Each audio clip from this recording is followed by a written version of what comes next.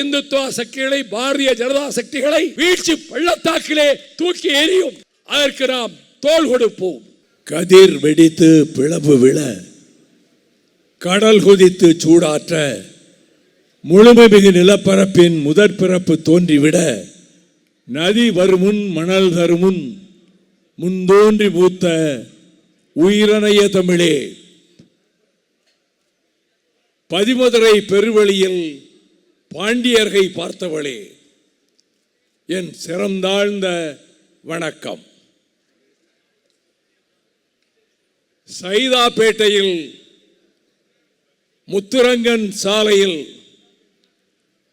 கண்ணு கட்டிய தூரத்துக்கு அப்பாலும் கட்டுக்கடங்காமல் திரண்டிருக்கின்ற தமிழ் பெருமக்களினுடைய மாநாடு நிகழ்த்த கூட்டத்திற்கு தலைமை ஏற்றிருக்கிற தமிழ்நாடு காங்கிரஸ் கமிட்டியினுடைய மதிப்புமிக்க தலைவரும், இந்திய நாடாளுமன்றத்தில்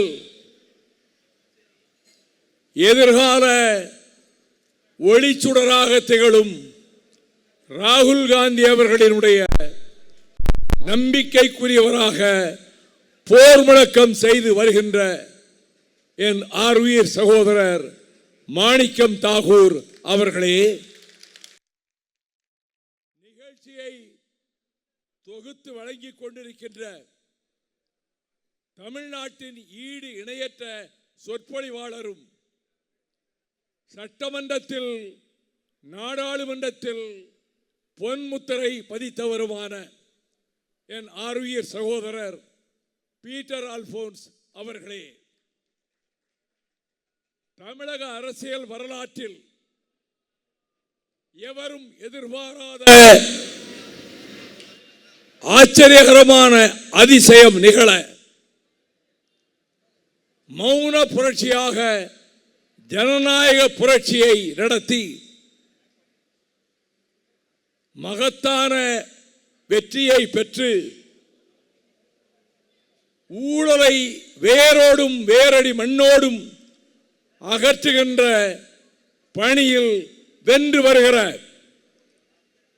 தமிழகத்தின் முதலமைச்சர் ஆர்வீர் சகோதரர் மாண்புமிகு ஜோசப் விஜய் அவர்களின் அமைச்சரவையில் பள்ளி கல்வித்துறை அமைச்சராக பொறுப்பேற்றிருக்கின்ற என் மதிப்பிற்குரிய சகோதரர் ராஜ்மோகன் அவர்களே, அதே அமைச்சரவையில் சுற்றுலாத்துறை அமைச்சராக இருக்கின்ற அன்புமிக்க ராஜேஷ்குமார் அவர்களே,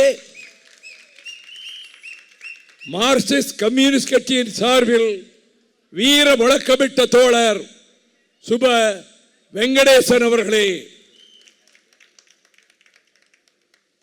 பெண்பனி மூடிய இமய கொடுமுடியில் காஷ்மீர் பள்ளத்தாக்கில் மாநில உரிமைகளுக்காக வீர கர்ஜனை செய்து வருகிற கூட்டத்தை சேர்ந்தவராக, எதிர்க்கட்சி தலைவராக இங்கு அரியதோர் உரையாற்றி அமர்ந்திருக்கின்ற கண்ணியத்துக்குரிய குலாம் முகமது மீர் அவர்களே, கர்நாடக மாநிலத்திலிருந்து மாநிலங்களவையில் நான் பணியாற்றிய காலத்தில் திகைக்க வைக்கின்ற வகையில் கேள்வி கணைகளை தொடுப்பவரும், அரிய உரைகளை ஆங்கிலத்திலே நிகழ்த்தியவருமான என் அன்பு சகோதரியினுடைய அருமை மகன் மார்கரெட் ஆல்வாவின் மகன், அகில இந்திய காங்கிரஸ் கட்சியினுடைய செயலாளர் மதிப்புமிக்க நிவேதித் ஆல்வா அவர்களே, இந்த மேடையிலே அமர்ந்திருக்கின்ற காங்கிரஸ் கட்சி உள்ளிட்ட தோழமை கட்சிகளின் முன்னோடிகளே, வெள்ளம் போல் திரண்டிருக்கின்ற தோழமை கட்சிகளின் ஆற்றல் மிகு செயல் வீரர்களே, எங்கள் உரைகளை இல்லங்களில் இருந்தவாறு செவிமடுத்துக் கொண்டிருக்கின்ற என் பாசத்துக்குரிய தாய்மார்களே, சகோதரிகளே, நடுநிலையாளர்களே, ஜனநாயகத்தின் விழிகளாக செவிகளாக நான் எந்நாளும் மதிக்கின்ற பத்திரிகையாளர்களே,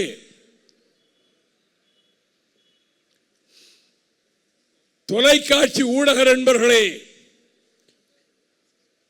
ஒரு கூட்டணி ஆட்சியில் அங்கம் வகிக்கிற ஒரு கட்சி எப்படி நடந்து கொள்ள வேண்டும் என்பதற்கு இலக்கணம் வகுத்து வருகின்ற இந்திய யூனியன் முஸ்லீம் லீக் இயக்கத்தில் நான் மதிக்கின்ற தலைவர் பேராசிரியர் காதர் மைதீன் அவர்களினுடைய பிரதிநிதியாக இங்கே உரையாற்றிய ராமநாதபுரம் நாடாளுமன்ற உறுப்பினர் கண்ணியத்துக்குரிய நவாஸ்கனி அவர்களே, கூற்றுடன் மேல்வரினும் கூடியதற்கும் ஆற்றல் அதுவே படை என்ற வள்ளுவன் வாய்மொழிக்கு இலக்கணமாக ஈட்டி பாய்ந்தாலும் இமை கொட்டாது மார்பு காட்டுகின்ற வீரர் திருக்கூட்டம்தான் இளைஞர்கள் கூட்டம், வாலிபர்கள் கூட்டம், மாணவர் பட்டாளம் என்பதை கடந்த 29 நாட்களில் இந்திய உபகண்டம் சந்தித்திராத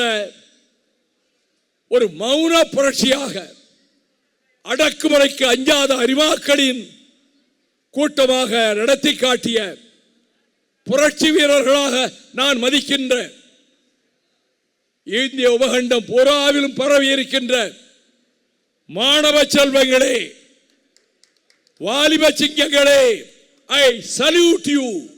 உங்களுக்கு நான் வீர வணக்கம் செலுத்துகிறேன். இந்த தமிழ்நாட்டினுடைய சுற்றுச்சூழலை காப்பாற்றுவதற்காக நாசப்படுத்திக் கொண்டிருக்கின்ற விசைச்செடிகளாக வேலிக்கர் வேலைகளை அகற்ற வேண்டும் என்கின்ற தூய நோக்கத்தோடு 10 நாட்கள் இடைவிடாது அந்த பணியில் நானே ஈடுபட்டதால் என் நுரையீரலும் என் தொண்டையும் மிக கடுமையாக பாதிக்கப்பட்டு கடந்த 20 நாட்களாக எந்த கூட்டத்திலும் பேச இயலாதவனாக இருந்ததால் நான் இக்கூட்டத்திற்கு வர இயலாது, செந்தில் அதிபரை அனுப்பி வைக்கிறேன் என்று சொல்லியும் என் அன்பு சகோதரர் பீட்டர் அல்போன்ஸ், இல்லை அண்ணா, நீங்கள் வரத்தான் வேண்டும், முடியாவிட்டாலும் 5 நிமிடமாவது பேசிவிட்டு போங்கள் என்று அவர் கூறியதை கட்டளையாக ஏற்று நான் உங்கள் முன்னால் நிற்கிறேன். நீட் தேர்வு அடியோடு முற்றிலும் அகற்றப்பட வேண்டும் என்பதுதான் தமிழ்நாட்டின் நிலைப்பாடு, மறுமலர்ச்சி திராவிட முன்னேற்ற கழகத்தின் நிலைப்பாடு. அது முற்றாக அழிக்கப்பட வேண்டும். 2017ஆம் ஆண்டிலே கொண்டு வரப்பட்ட இந்த கொடூரமான நீட் தேர்வு முறையால் இதுவரை 200 பேர் உயிரிழந்திருக்கிறார்கள். உபகண்டம் பூராவிலும் தமிழ்நாட்டில் அரியலூர் அனிதா முதல் சென்னை வித்யா வரை 37 பேர் உயிரிழந்திருக்கிறார்கள். உயிரிழந்த அத்தனை பேருக்கும் கேடுகட்ட மத்திய அரசு இழப்பீடு தர வேண்டும். குடும்பத்துக்கு ₹1,00,00,000. இந்த போராட்டத்தில் உயிர் தாக்கப்பட்டவர்களுக்கு மட்டுமல்ல, இந்த நீட் முறையால் உயிரிழந்த குடும்பங்களுக்கு நிதி வழங்க வேண்டியது மோடி அரசினுடைய கடமையாகும். நீட் தேர்வு அவசியமா என்ற கேள்விக்கு கலையரசன் குழு தக்க விளக்கங்களோடு இது சமத்துவத்தை அடியோடு சாய்த்துவிடும் என்று அறிக்கை தந்தார்கள். தேர்வு முகமை என்பது இந்த மோடி அரசால் திணிக்கப்பட்டு இன்று பல்வேறு ஊழல்களுக்கு ஊற்றுக்கண் ஆகியிருக்கிறது. எவரும் எதிர்பார்க்கவில்லை இப்படி ஒரு கிளர்ச்சி வெடிக்கும் என்று. நான் ஏறத்தாழ 36 ஆண்டுகள் டெல்லி பட்டணத்தில், அதில் 30 ஆண்டுகள் நாடாளுமன்ற இரு அவைகளில் நான் பல அனுபவங்களை பெற்றிருக்கிறேன். ஆனால் இம்முறை ஜூலை 20ஆம் நாள் 2026 ஜூலை 20ஆம் நாள் இரத்தக்கரை வடிந்த கோடாக மாறிவிட்டது. அந்த நாளில் நான் தலைநகர் டெல்லியில் இருந்தேன். ஆகஸ்ட் 4ஆம் தேதி என் உரைகள் அடங்கிய நூல் வெளியிடப்படுவதால் அழைப்புதல் கொடுப்பதற்காக கான்ஸ்டிடியூஷன் கிளப்புக்கு என் உயிர் நண்பர் டாக்டர் ஃபரூக் அப்துல்லா மாநில சுயாட்சிக்காக இங்கே ஒரு கூட்டம் நடத்துகிறேன், நீங்களும் வாருங்கள் என்று சொன்னதால் அந்த கூட்டத்திற்கு சென்றேன். அப்பொழுதுதான் ஜந்தர் மந்தரிலே கலவரம், லட்சக்கணக்கான மாணவர்கள் பட்டணத்து வீதிகளிலே திரண்டு விட்டார்கள். போலீசும் துணை ராணுவமும் கடுமையான தாக்குதலில் ஈடுபட்டிருக்கிறது என்று நான் கேள்விப்பட்டேன். அங்கிருந்து நடந்தே சென்று எங்கெங்கே கிளர்ச்சி நடக்கிறது என்று பார்த்தேன். காரணம், I am a product of 1965 language revolution. 65 மொழி புரட்சியினுடைய வார்ப்பு நான். 65 ஜனவரி 25 10 லட்சம் மாணவர்கள் தலைநகரிலே அத்தனை வீதிகளிலும் திரண்டு வந்த போது, சும்மா இருக்கீங்களா, அடிவயிறு வலிக்க முழக்கமிட்டுக் கொண்டு வந்த மாணவர்களில் நானும் ஒருவன். மாணவர் இயக்கத்திலிருந்து நான் அரசியலுக்கு வந்தவன். நான் டெல்லியில் அதை கண்டேன். கண்ணீர் புகை வீசினார்கள். சாக் லத்தீஸ், மின்சாரம் பாய்ச்சப்பட்ட லத்தி கம்புகளால் அடித்தார்கள். அடிக்கின்ற வேளைகளில் அந்த அடிகளை வாங்கிக் கொண்டு மிக திறமசாலிகள் மாணவர்கள் எப்படி போராட வேண்டும் என்பதை எப்படித்தான் கற்றார்களோ தெரியவில்லை. பின்வாங்குவது போல் பின்வாங்குவது, come back and then strike, பின்வாங்குவது போல் பின்வாங்குவது, சரி போய்விட்டார் நினைத்தால் முன்னேறி தாக்குவது. இந்த பயிற்சி இவர்களுக்கு எப்படி கிடைத்தது? நான் திடுக்கிட்டு போனேன். அங்கிருந்து மார்க்சிஸ்ட் கம்யூனிஸ்ட் கட்சியின் அகில இந்திய பொதுச் செயலாளர் தோழர் பேபி அவர்களை தொடர்பு கொண்டு உங்களை சந்திக்க வேண்டும் என்று சொன்னேன். அவர் சொன்னார், இதில் தாக்கப்பட்டவர்கள் காயமுற்றவர்கள் பலரை எங்கள் கட்சியின் இன்னொரு அலுவலகமான சுர்ஜித் பவனிலே கொண்டு வந்து வைத்திருக்கிறார்கள். நான் கனாட் பிளேஸிலே சிக்கிக் கொண்டிருக்கிறேன் போக்குவரத்தில், நீங்கள் அங்கே வாருங்கள் என்றார். நான் சுர்ஜித் பவனுக்கு உடனடியாக சென்றேன். சிறிது நேரம் கழித்து தோழர் பேபியும் வந்தார்.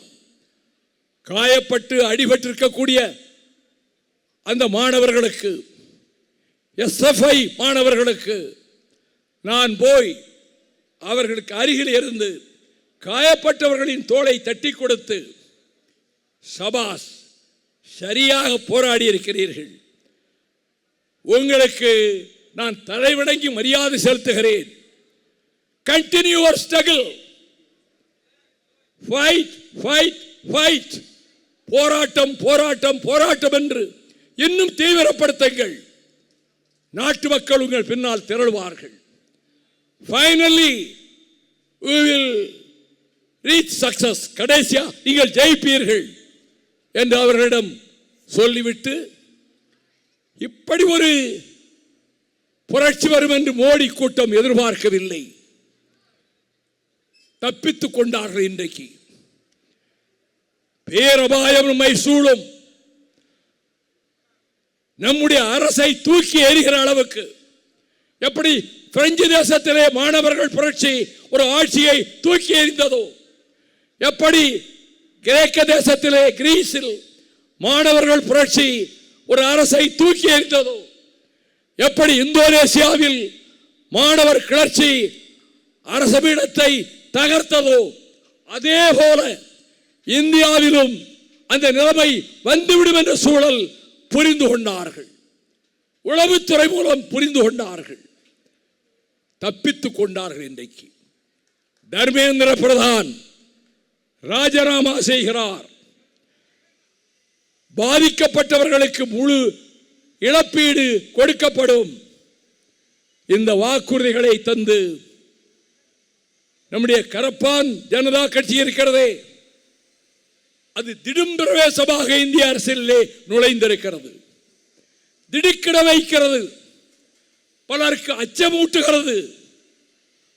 இந்த நிலையில் நாடாண்டு கொண்டிருக்கக்கூடிய நரேந்திர மோடியின் கூட்டம், அதை இயக்குகின்ற இந்துத்துவ சக்திகள், பாசிச நாசகார சக்திகள் அலகாபாத்திலே 4 ஆண்டுகளுக்கு முன்னாலே ஒரு மாநாட்டை போட்டு தர்ம சன்சத் என்று அதற்கு பெயர் சூட்டி 32 பக்கத்தில் ஒரு பிரகடனம் செய்தார்கள். அந்த பிரகடனத்தில் முதல் அறிவிப்பு என்ன தெரியுமா? இனி இந்தியா என்ற பெயர் இந்த நாட்டுக்கு கிடையாது, பாரத் என்றுதான் அழைக்க வேண்டும்.